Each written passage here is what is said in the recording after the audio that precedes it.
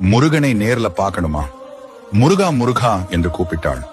அடுத்த நிமிடம் நம் கண்முன் காட்சி தருவான் முருகன். எப்படி என்று தெரிந்து கொள்ள வீடியோவை முழுமையாக பாருங்கள்.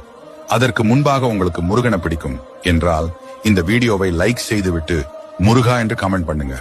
முருக பக்தர்களுக்கு வீடியோவை அனுப்புங்கள். ஒன்றை மட்டும் மறக்காதீர்கள், முருகனை வழிபட்ட யாரும் தோல்வி அடைவதில்லை. ஆறுமுகம் அருளிடும், அனுதினமும் ஏறுமுகம். சரி, இப்போது எப்படி கூப்பிட வேண்டும் என்று பார்ப்போம்.